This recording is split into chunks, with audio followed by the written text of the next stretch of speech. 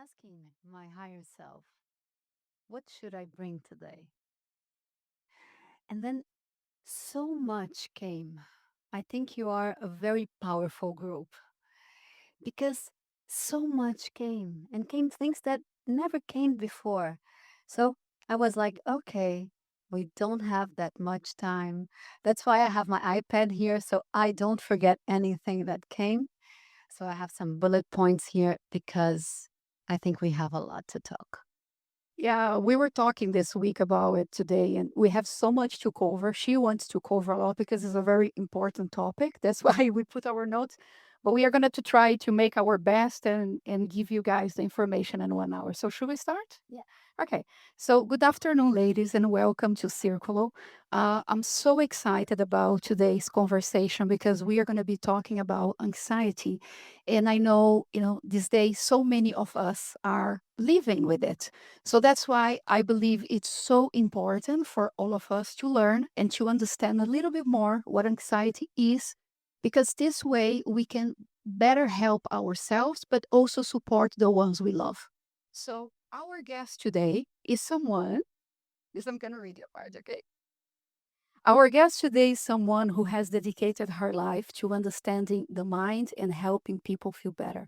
I am so happy to welcome Maria Klien, a psychologist with a postgraduate degree in neuropsychology and deep expertise in treating anxiety, fears, and trauma.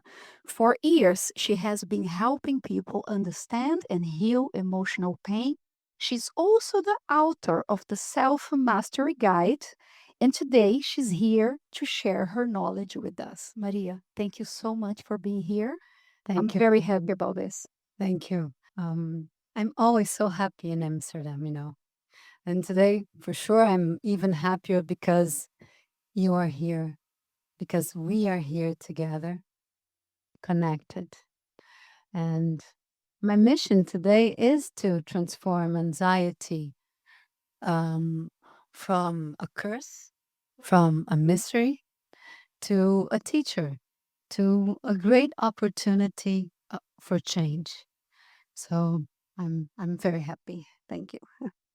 Maria, so I know a lot of her story. And you also mentioned in your book that for more than 20 years you are struggling with anxiety. Share with us how you overcame this and how now you can operate and have like a normal life after 20 years Okay. of suffering. I'm a psychologist, yes, but more than that, I'm someone who has lived with panic disorder for over 20 years. That means panic attacks for over 20 years. So what I share today, it's not only science, neuroscience, psychology, but also my personal experience, you know, and and that's important because I know how my patients or the people that comes to me, how they feel, you know, and that's powerful. And I I didn't overcome anxiety by trying to silence it, for sure not. But by learning how to listen to it, because for years I thought that anxiety was an enemy. But it wasn't just an enemy. It was my personal enemy. It was like my personal monster, my pet monster. I was even attached to it. But what we should do when we have a monster in our lives, we should run, fight, or you should hide. And the turning point came when I understood that anxiety was was not a sign of weakness. It was actually my body mind. And body mind is a term that we use in medicine to explain the complex we are, because we're not just the mind or just the body, and we do have the spirit as well. So it was my body mind telling me that something needed to change, you know? And it was my body mind asking for boundaries, for self love, self respect, for presence. And, and those things are really, really important. And, and I could achieve those things through therapy. Yes, it's very important. Through self knowledge, self awareness, meditation, um, through exercises, chemical adjustment, but also through the courage of sitting with discomfort. Because what I want to tell you, I'm going to tell you today, it's not easy to do. I'm not promising that, but I am telling you that it is possible if you have courage, you know? And courage it's a very special word. It comes from Latin, but in Portuguese or in French, it's easy to understand this how special it is because you come with coragem, which is act with the heart. Cœur, it's the heart. So we do need courage. We need, and you know that the heart, it's the first organ that is prepared in our body. So that's because we need oxygen, we need blood for the other organs to come and to be built, but also because it's in the heart that are our first and most important memories. So the trauma, it's not here. And that's why most of the work that my colleagues do, it's not a deep work, you know? It's not. Because you treat trauma as it comes from here, from the mind. But trauma is in the body, and more specifically in the heart. Because in the heart is where, and we will talk about that, it's where our inner child lives. The temple of our inner child is in the heart. So if we want to talk with our child, we can do this. It's an exercise that I teach my patients. You can do like this, and this is science, okay? Because you are awaking the heart cells, and then you're preparing your heart to listen. And when we talk to our child, most of the time we do it like giving, like a bedtime, like come, this is you shouldn't feel that. Come on, you must be brave. And then the child scares. So we should know how to talk to our child as we are talking to a 4-year child. That's mostly that's the 2 until 5 years old. That's the child that we need to talk. And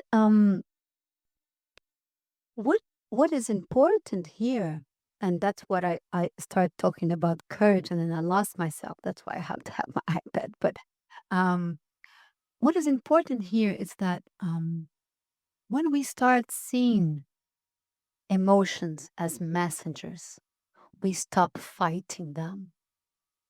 And it's only when we stop fight that the turbulence that happens inside of us can calm. And we need calm. We need calm. We need peace. So this is important, because the more you resist, the stronger it gets. So I'm sure that if you suffer with anxiety and you start resisting anxiety, that's when things get very, very, scary because you start thinking, no, I can feel this. I will die. Oh no, my heart is racing. Now I can breathe. Now I'm dizzy. And then, you know, so you're resisting to it. So this is an exercise. Sometimes when we are suffering, it's our inner child that's activate. So we need to know how, just as I said, talk to this inner child. So, and the inner child likes drawings, images. So that's that's what I do sometimes. So imagine a wall and then try to resist the wall. You're going to be attached to the wall. But the wall is there for a purpose, you know?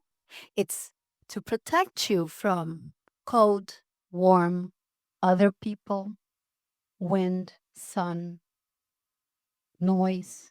So if you want those things in your life, you can't just resist to the wall and say, "Come on, I need you to get out of my way." No, what you should do, you should do like this. And then you look for a door, a window, and then you open the window, and then the sun comes in, the noise comes in, you know. So sometimes we are struggling because we are not humble. We need to be humble to achieve healing. So, and part of being humble is to change our perspective, you know, to understand that we are not right, that we are not right. So, when I stop fighting with anxiety, this was very important. And um, the second thing I did was stop digging. Because if you're in the hole, you have to stop. If you're suffering, stop. Stop doing whatever you're doing because what you're doing, it's not working. It's probably putting you inside a deeper hole. So I stopped. And then you have to get yourself out from the hole. But you can do that like pushing your head from the hole. It's impossible. Not with the same mindset that put it you inside the hole. So you have to ask for help. And that help can come from the network, your network, an external help. And it's powerful and we need to have a network, a healthy network, which is not every network. But this help can come also from inside of you, from a structure that lives inside of us, that it's well prepared to deal with challenge. It's so interesting what you're saying because back in COVID time, I was suffering from anxiety and panic attacks for almost 3 years, and it was like really, really hard.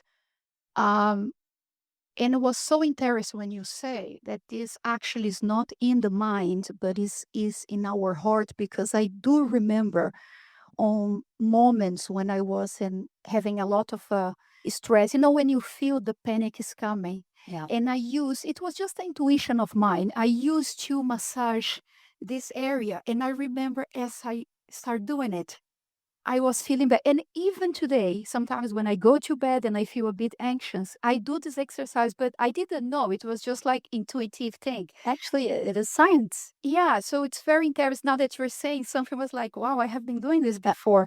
And we have some medicines, like Chinese medicine tells us to do this, To to massage go to no the to go to heart the area. body, a acupuncture. I don't know how to say acupuncture. That's it. Okay.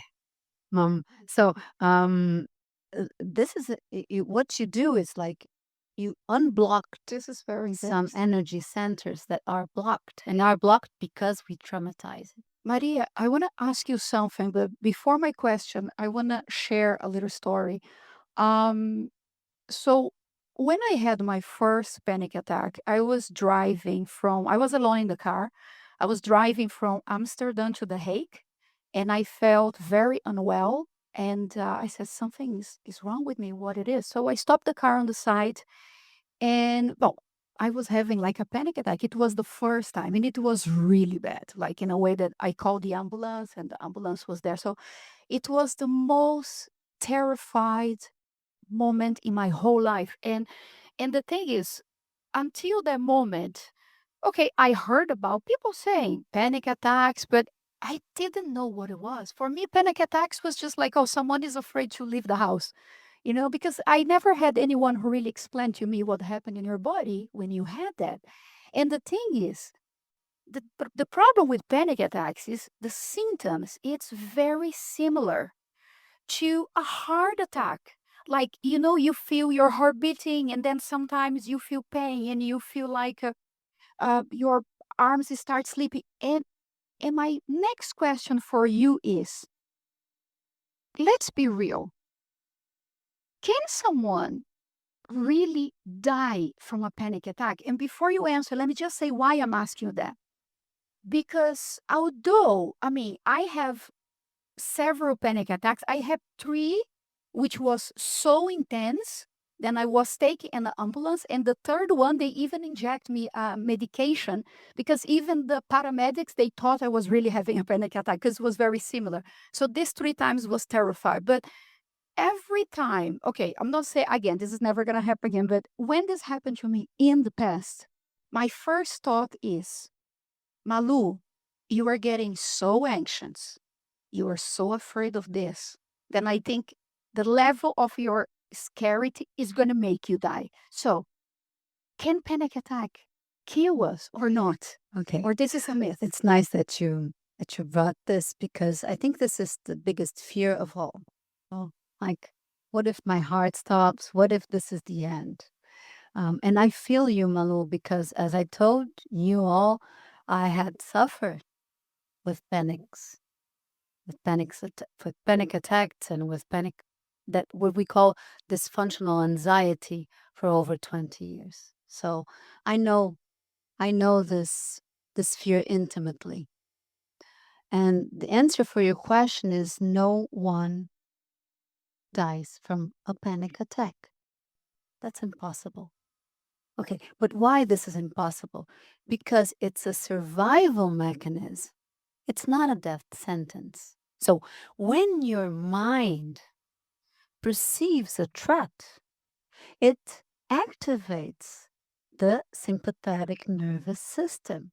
So, and the sympathetic nervous system activates some hormones, cortisol, adrenaline, and then your heart races, you know, um, your breath shortens, you can feel dizzy. But all of this, it's happening to protect you, not to harm you. I know we don't have time here to go to the process that happens inside our body. I do bring this knowledge in my book, but like the most important is to know that our body it's actually our biggest network, you know, and it will do everything he can to make our lives longer because he wants to survive, you know. The body is connected to the ego, so he needs us alive. So although it really feels overwhelming, and it does, it's never lethal, you know. So I'm sorry, just to finish my thought here. Um this is another mantra that is nice that you can bring, you know. Um so this is uncomfortable but not dangerous. So This when you is uncomfortable, but but not not dangerous. dangerous. And massage Yeah. your And then heart. when you do this, why this is so powerful? Because when we bring those mantras like nobody dies from a panic attack, this is uncomfortable but not dangerous. What we are doing is we are awaking the adult, the structure that is more prepared to deal with challenge inside of us. Because when we are suffering, that structure, it it's sleeping, it's traveling, you know, it's anywhere but there. So it's important for us to do this. And as we repeat, we reframe panic from death to survival. We we transform the fear synapses into courage ones. And that's very important. And every time that we can transform something, a miracle happens. because a miracle, it's just a change of a point of view.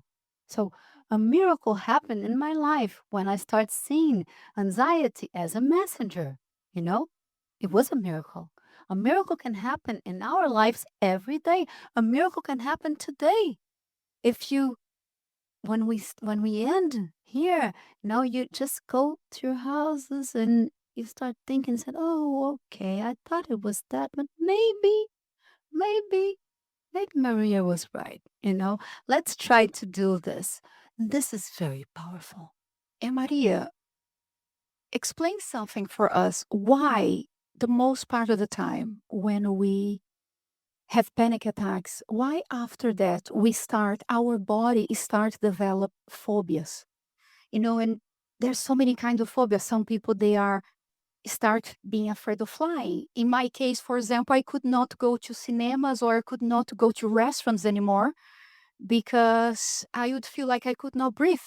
Yeah. So why this comes after the panic attack? So what were telling me before, it's the cycle, so you're telling me that you start thinking, and then the thoughts made anxiety worst.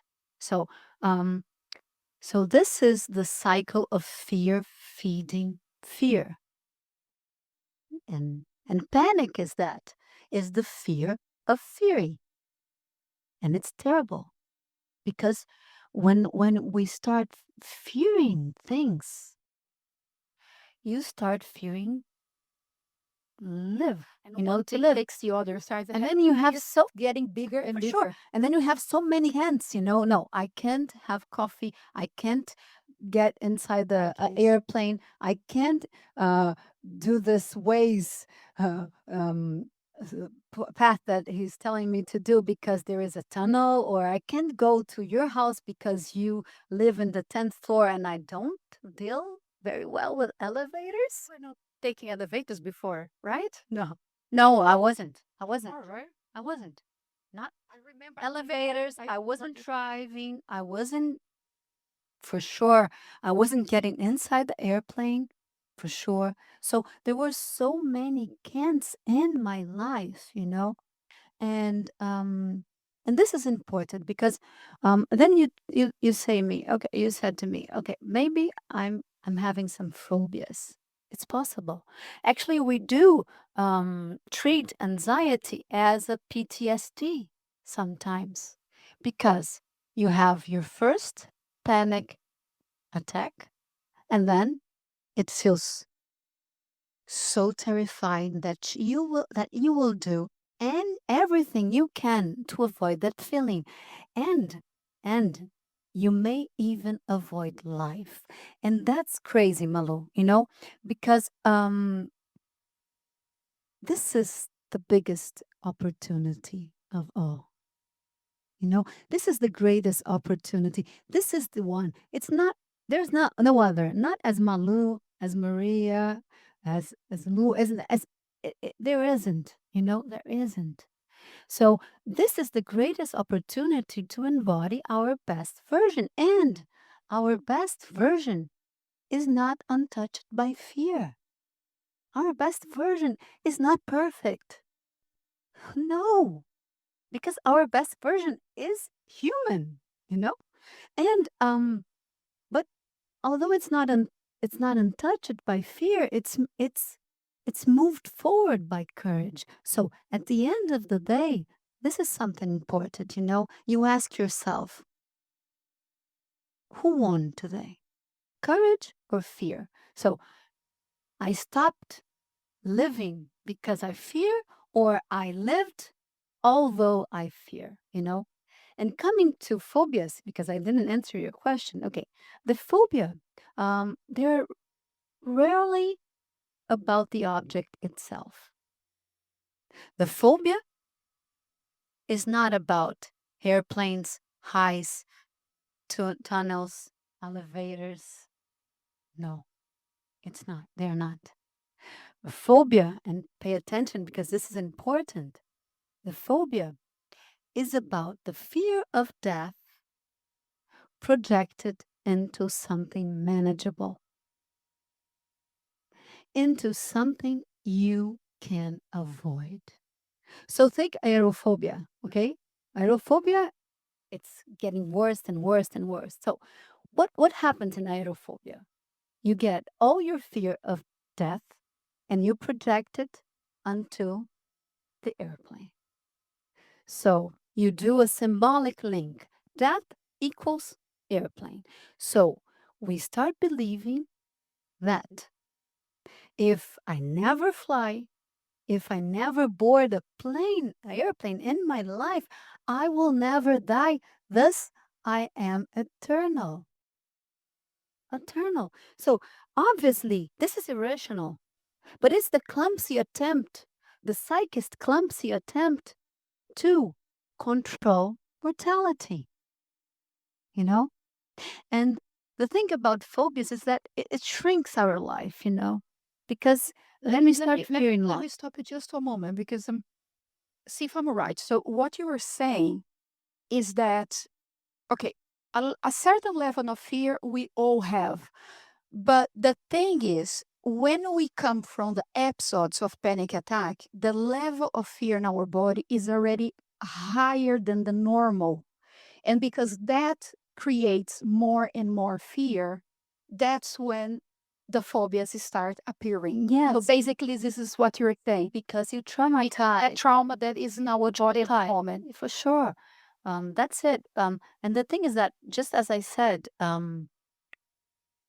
miracles happens every day. So uh, when you start seeing anxiety, because anxiety is not, it's not bad, not the functional anxiety. Functional anxiety, it's part of being humans. No, it's what it makes us get out of bed. It is what gives us energy. You know, libido those and all those things that we need to live and protects us. So it's important, but dysfunctional anxiety gives us suffering, makes us suffer. So all the emotions are messengers when they are functional, but when they are dysfunctional, we start suffering and then we paralyze, and then it's not good, you know. So as you just asked me, yes, that's what happens. And but what I was telling about the miracle is that even with the traumas, a miracle can happen. You know why? Because the trauma is an opportunity to adjust focus. So Repeat that again. trauma is an opportunity to adjust focus. Because when you traumatize, like you had your first panic attack, and then you start like being, it's a fixed idea, I can't do this anymore, I can't drive, oh my god, I will die, I will die, I will die. And this is like, okay, so come on, you're too specific. Your mind, Wrong. is The wrong focused. place. So it's an The opportunity. focus. It's an opportunity. It is. And the thing is that, Malu, I say to you, bravo, bravo that you were. I know that you shared with me that you were driving your car alone. So wow, bravo, because people that dare living, those are the people that traumatize it, that has challenges. Let me share something with you. You're saying about this. It's funny because, okay, I didn't stop driving after that. I did not. But I must say, every time I was driving from the same location, The memories were there. I would kind of feel, oh my God, it's coming again. And you see how the mind trick us. Because the moment I was driving a different place was okay. Yeah. You know It why? took me a while. I think it took me like a year, but I needed to force myself because I said, like, I have an older sister who always live with fears and she doesn't do much. And I said, no, I don't want to be that person. So I needed to push myself forward. But what you say, Makes so much sense. And that's Yeah, because I can relate. our brain doesn't distinguish imagination, fantasy from reality.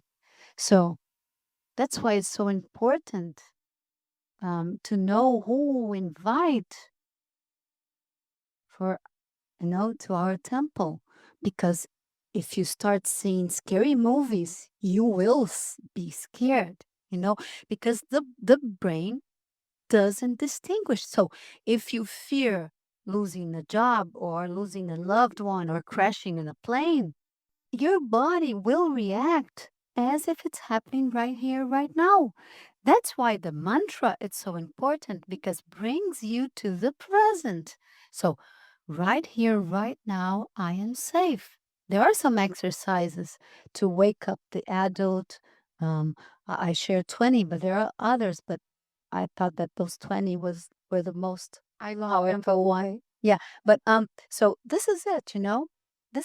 These exercises are important. Maria, talking about your book, by the way, congratulations. I read last week and I love it. We have some of Maria books over there. And you know that I just launched it and I could bring the exercise. So, yeah, Well, we have some in English, Portuguese, and the exercise book, which I found that it says brilliant. I Yeah. brought it in Portuguese, but Okay, so I was reading your book, and there are two things there that I want to ask you today because I found it very interesting. So, in your book, you mention a palace with many rooms. I found that very interesting. Can you share that with us? okay. What is the palace with many rooms? We are the palace. We are the palace, and the many rooms are the structures and the memories and part of us, wounds, traumas. There are parts of us inside of us. And there are some rooms inside our palace that we know well. They're familiar to us. It's comfortable to be there. It's comfy. But there are some rooms that either we don't know they exist, and that's nice when you have a well prepared therapist, because it can give your hand, give you a hand and show, let's walk there, let's go this way. No, I don't know, I'm afraid, I don't know that way, maybe I'll get lost. No, you won't. I'm with you. So sometimes if you don't have this structure inside of you, the adult, you need an external adult to do this, and a therapist can be this person. But there are some locked rooms inside of us, and you are the one who had locked them. Because inside of those locked rooms, there are some wounds, some traumas, pain, fear. But when you look to that rooms from the outside and you say, no, please, please, please don't open them. I'm afraid I don't want to deal with those things. Now I can't, but I have news for you. You will have to deal with it eventually, Sooner or later. because inside of that room, with the wounds, with the traumas, with the pain, with the fear, there are parts of you, and you will have to rescue yourself eventually. Because, and this is what Jung called individuation, which we don't have time, but okay, turning it simple, it's to becoming whole. So I call it, the adventure to build our inner palace. It's the same thing. Because the worst sin of all, it's to get at the end of our lives and realize that we don't know ourselves. And this happens a lot. I have patients with 70, 80 years old, and they say, I don't recognize myself anymore. You know why? Because every time we traumatize, it's like we deal with life. So you say to life, I'll leave 1% of myself here dealing with this pain, so that the others 99% can continue, go on. But then the first is 1%, the second is more, and then you're 98, and then you're 97. And sometimes when you get until, I know, 30, 40, 50, you look at the mirror and you say, come on, I don't recognize myself. And you're not total you anymore. And they say that because they are avoiding open those rules. This is what you're saying? Probably because every time that you leave a part of you inside the locked room, you're not you're not a whole anymore. And we need to be. And we need to be whole, you know, to live. So we have to deal with this part is important. And I'm not telling, again, I'm not telling that it's easy. It's not easy, but it's possible. And it's more than possible. We need to do that, you know, we really need to do because as I told you, the worst sin is to not knowing ourselves. And I'm not telling, just to be clear, I'm not telling that it's possible for us to know entirely ourselves because life is fast. It runs fast. I'm 47. I was 18 yesterday, and I said, "Come on, how come?" You know, it runs fast. So life is breathe. Oh, but thus might may be profound. So we have, and we are supposed to deal with life and to use the short time we have the best we can. You know, And also, I think as quicker that we have the courage to open those rooms and deal with whatever we need to deal with ourselves, also we have a better life going front. Because as you said, it's true. Life is very quick. Like you said, you're 47. I'm 46, and sometimes I look at myself at the mirror and say, "How is this even possible?" Like I feel like 28. I'm gonna be always 28 anyway.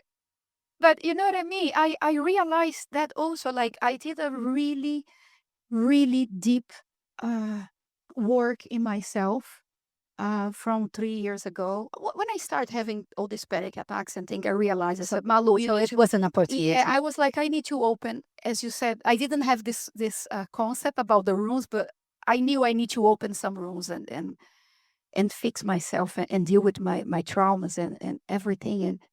And it was like, oh my God, it was the best thing I have done because now I feel so much light. I feel like, let's just put like this, I would not be able to be sitting here today doing what I'm doing with all of you looking at me if I didn't have the courage on these past 3 years to work on myself.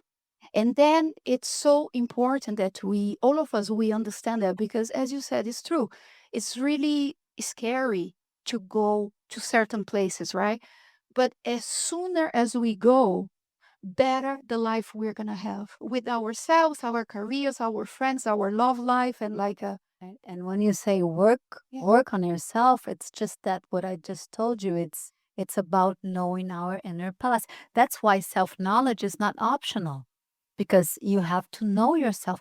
You even have to know yourself to acknowledge and to know who you are, because you know the problem is not that we feel anxiety, okay, and the problem is not that we feel too much, because people like you and I, we do feel a lot, and that's not a problem.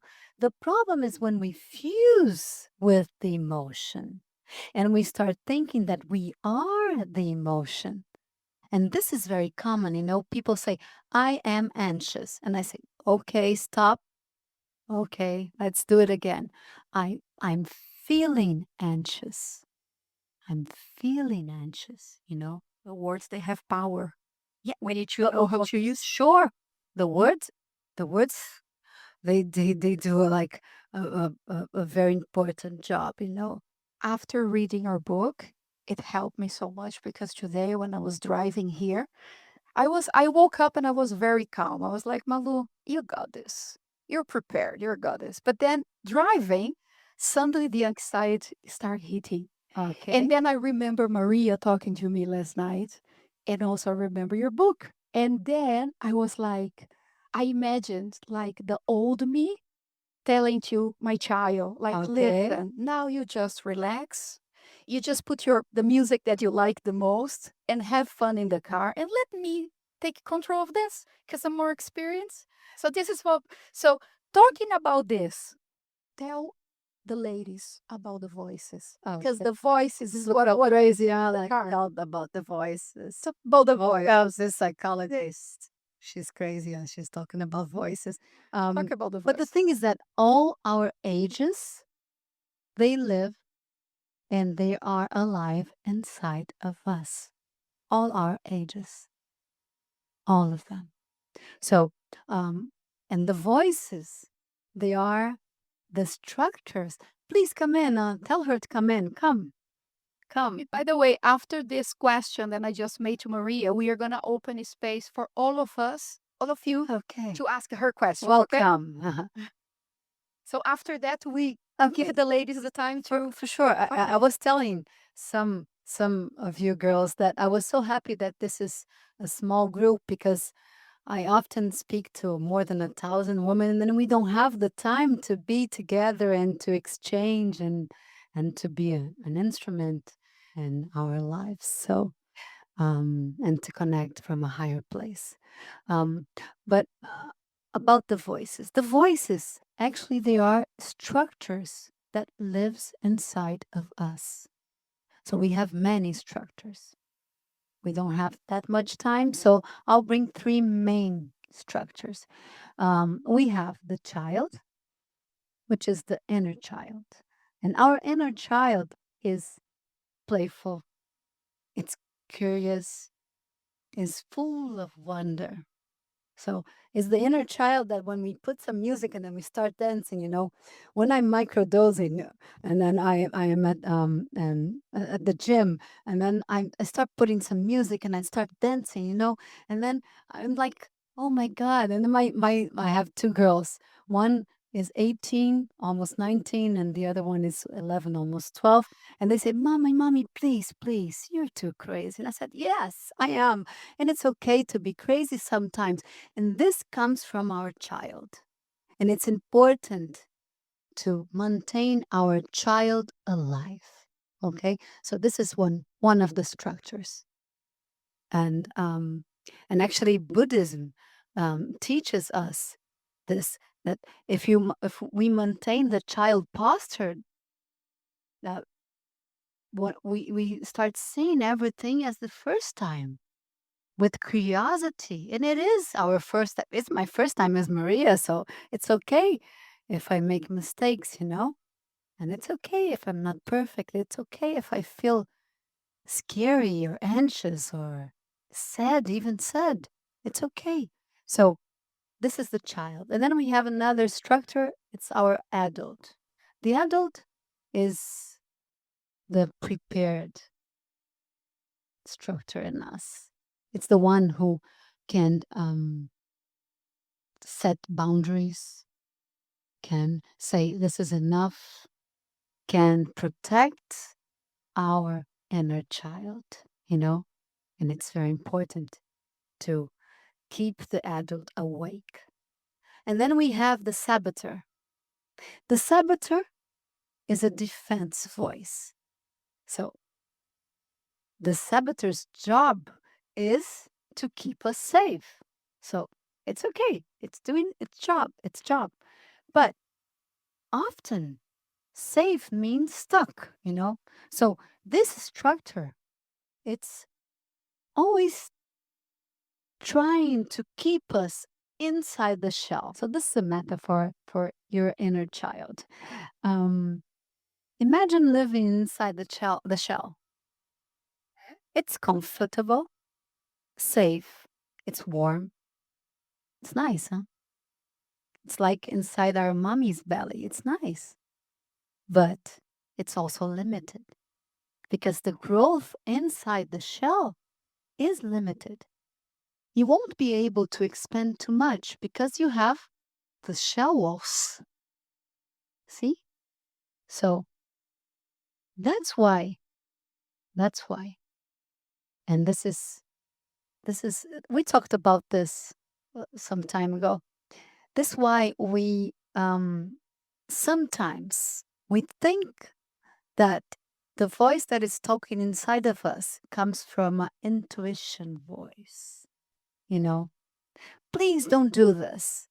Don't get in this elevator because I am sure you will fall with it. And then what I ask my patients to do, I'm just telling the elevator, but it can be an airplane. Don't get in this airplane. The airplane will fall, will crash. So what we do together, it's okay. I respect. I feel you.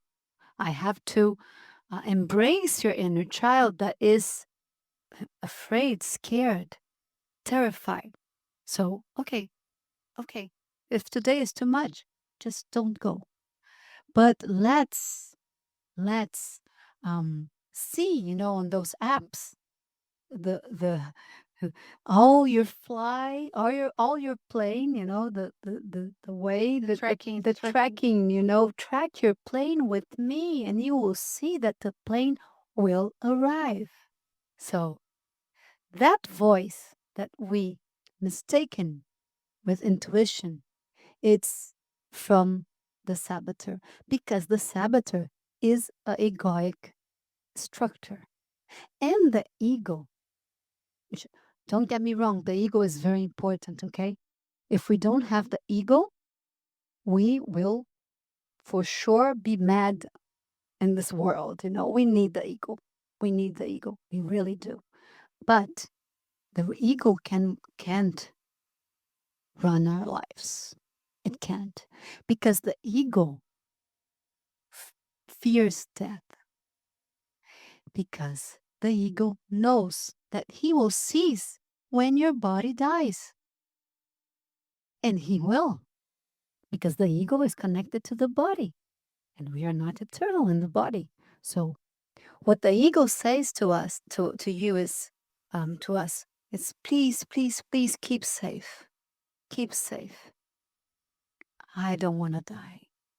But then we have another structure that's called self. Self is the divine spark on us. It's with the self that we talk in our prayers. Praise. Talk to mine every day. Yes. So the self doesn't fear death because the self knows that it's eternal. And so the self tells us, step into adventure. We are eternal. See? So the real intuition comes from the self, not from the ego. Okay, this is not easy to recognize. That's why we need to know our palace. That's why self knowledge is not optional, but it's possible because you start knowing that, okay, this comes from a fear, voice. This is telling me not to do, not to do. So many not, don't. Okay, no, this voice is not intuition. This voice wants to put me back into the shell, and into the shell I can expand. So that's why courage needs to be stronger than fear. Maria, let's now give everyone a chance For sure. ask you Please. questions. Yes, yes. Yes, we already have. Okay, I don't know. Let me just see. Yeah, I don't. I can't. I cannot go all the way to Maybe you. you can come here. Yeah. Maybe just stand up. All right. Yeah. Okay. Thank you for this beautiful quote. I really enjoyed it. So super section and also super fat today. So I really appreciate that part.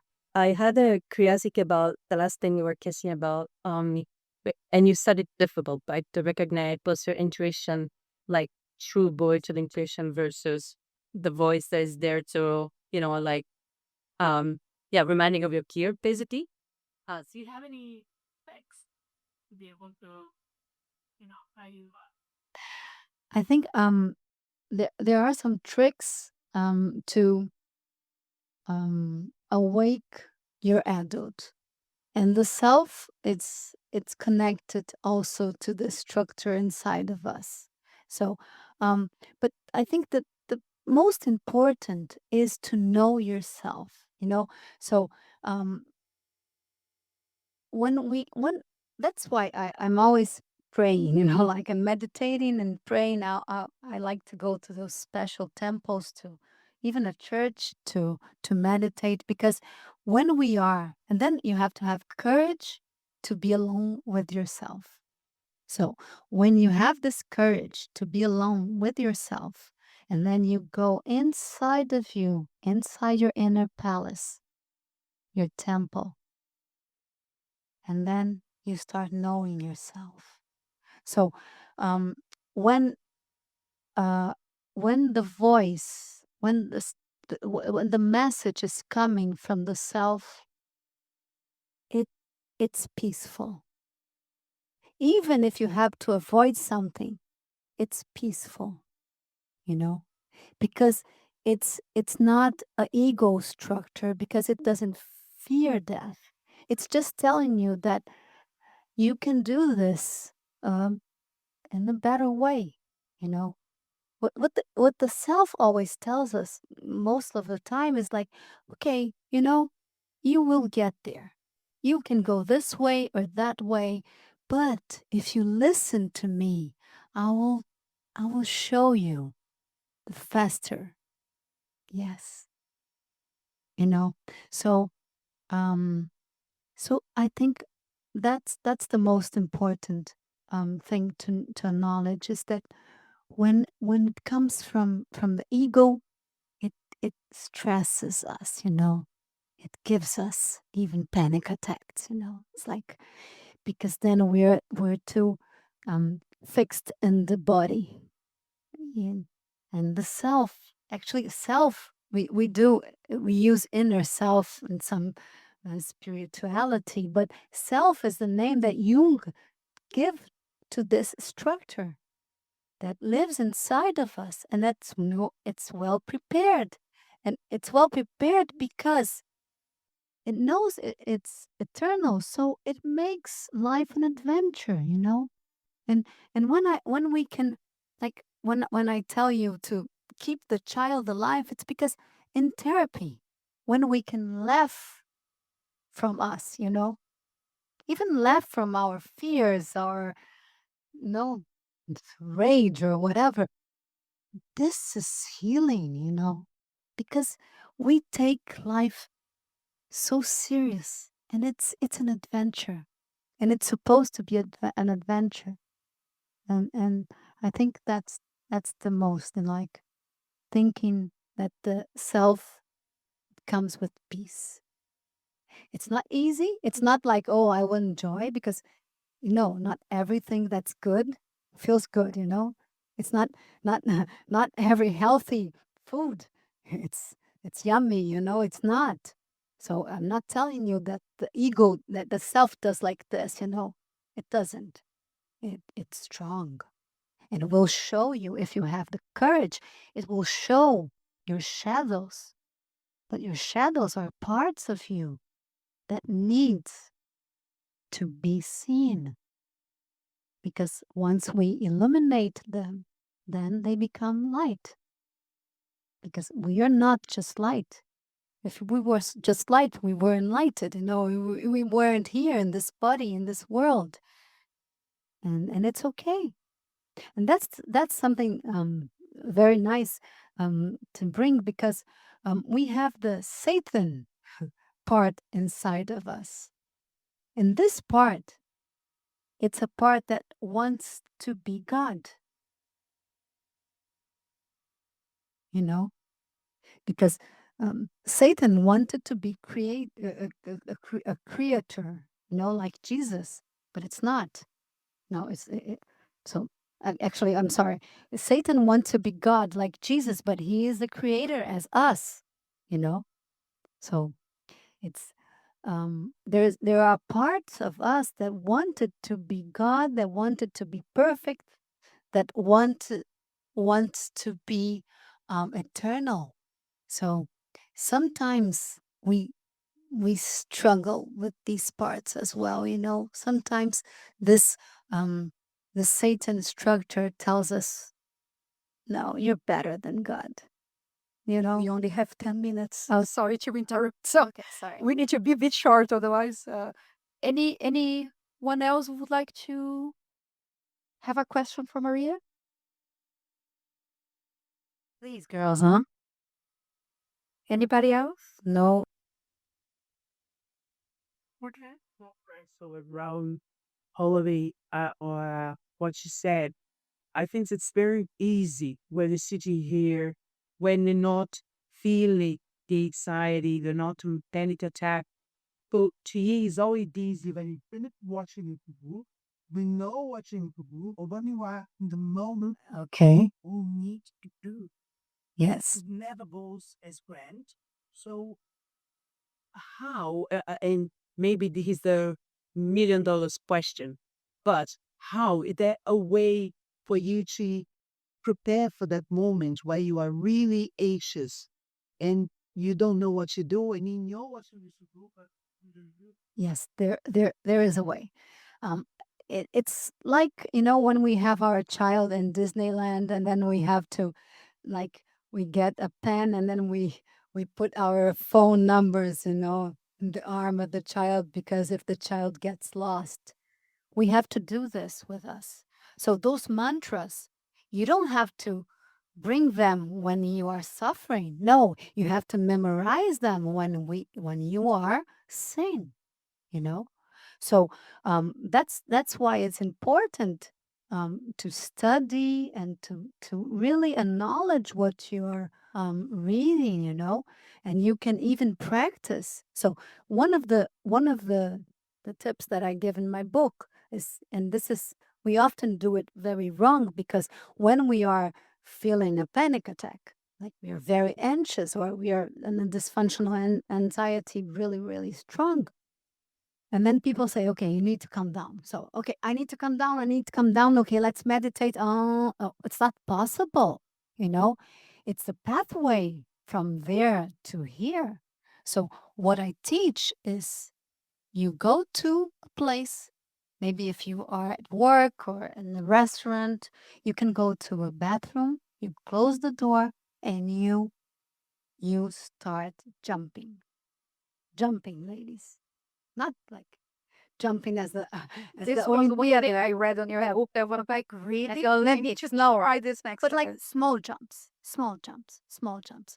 What you're doing is that you're giving function for the hormones that are going inside your body, because they are there to protect you. So we start feeling those things so we can fight or free or flee or even hide. But if we think, okay, our mind says to me, there's a lion in this room. Yeah. But there's no lion. What I'm supposed to do with all this toxins that comes inside, that are going inside of me? So when you jump, you give a function to those, and then you don't get sick. So um these are practical exercises that I bring, and for sure, it's much easier to tell than done. But I can tell you that I was, as Malu told you, I was someone. I I I, I really, I went to the hospital like 3 times a month at least. At least, you know, I I lost a marriage. I lost friends. I lost trips. I lost a lot of things. I was really, really suffering.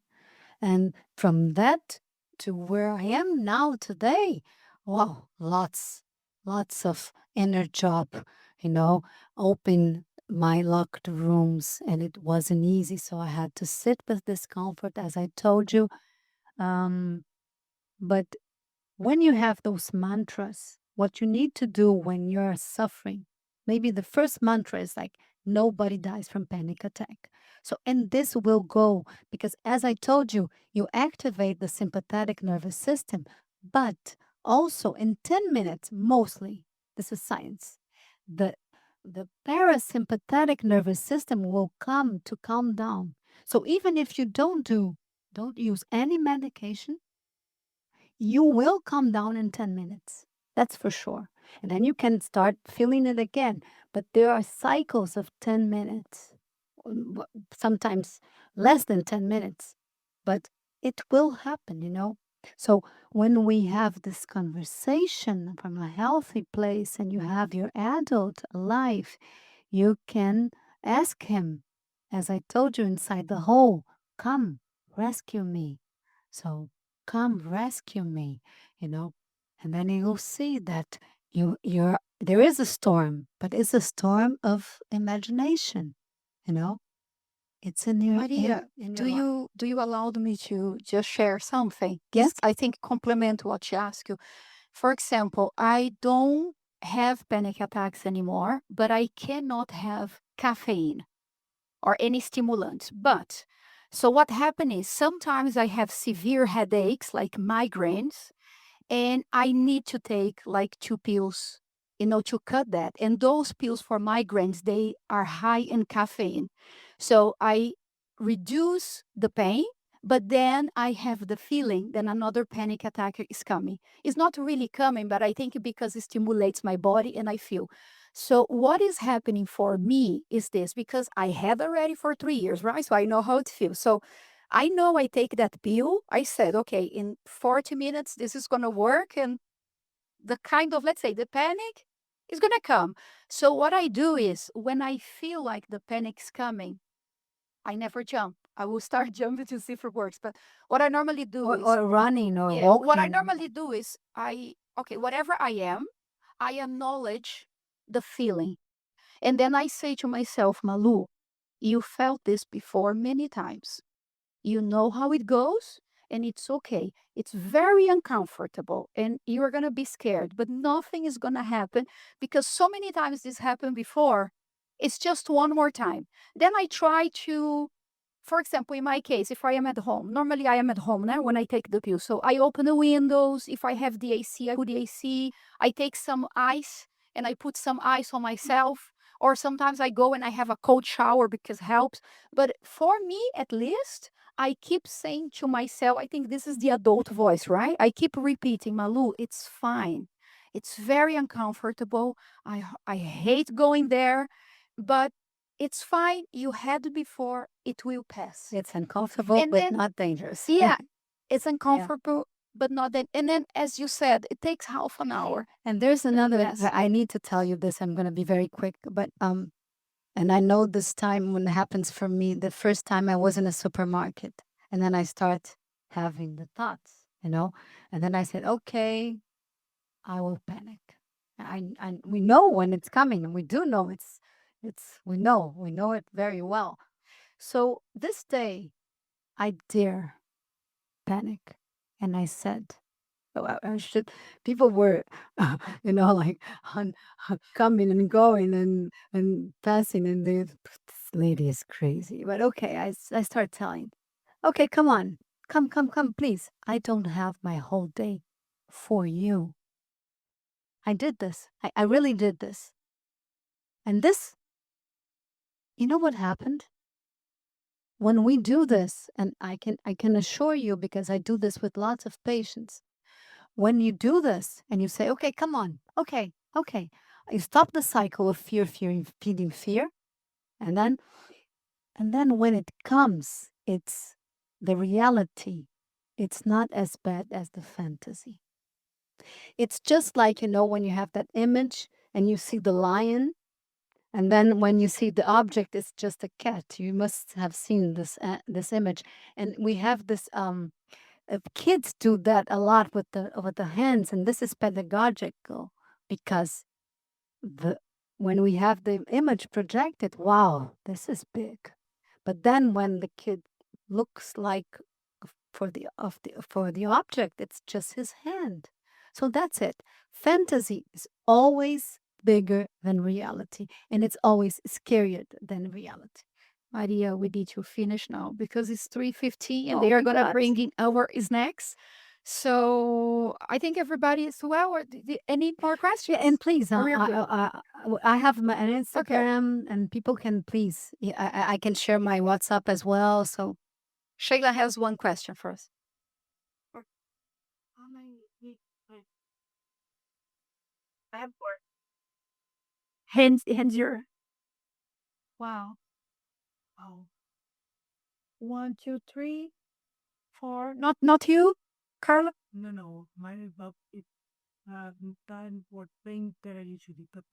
Uh, Okay.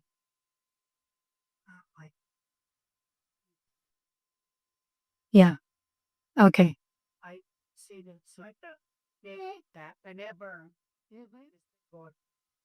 Okay.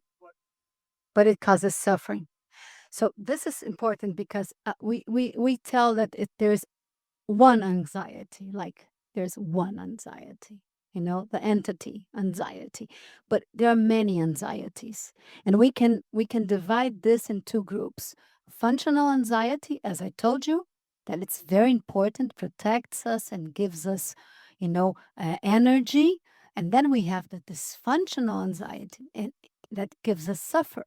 So in this group of dysfunctional anxiety, we can have panic disorder, but we can have also PTSD, we can have traumas, we can paralyze, we can stop living or stop or not accepting invitations or struggling, in our lives and not expanding our career, or even we can lose a marriage like it happened to me because I got married, I was 21 and my husband was 21. And then when he started seeing that, and I was calling him every time, and I was like, and we couldn't travel and we couldn't, and it was too much for him. Okay, it was. It was too much for me. So this also it's in this group of dysfunctional anxiety. So we don't know. I am so sorry. I They are waiting Okay, they outside can with come the in. They food. can come in. I'm just finishing. Please come in. So I sometimes we don't have the panic attack, okay, but it's causing suffering. So that's it's dysfunctional anxiety. Or even with sadness, if we lose someone, it's okay to be sad.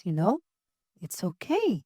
But then if the sadness takes 2, 3 years and you stop living and you stop relating with others, and you know, okay, now this is causing suffering. So that's why I'm so stressed. I don't know. I call this with this contemporary medicine, that you medicalize everything. We shouldn't. We shouldn't. If you are anxious before a presentation, that is for to protect you. So you have to have tools to deal with that, and be well prepared it's a good tool, and come and bring some words to bring your to awake your adult, you know but you shouldn't medicate all your life, because when we medicate anxiety, we medicate happiness, we medicate other emotions, because we don't have in psychiatric drugs that goes just for this emotion. So it's okay if you need to medicate, if you're struggling, if it's too much, but then it's just for a period of time, or just before your lecture, but not for a life, because then we won't live, not the real life. Maria, thank you so much for today, for all your knowledge, for sharing with us. Ladies, thank you for being here. I hope you had a wonderful time. Ladies, three things above all: love, forgiveness, and faith. Love expands us. Forgiveness frees us, and faith, whether in God, in ourselves, in life, makes the adventure possible. Thank you, Okay? Maria. Thank you. Thank you, girls. Thank you.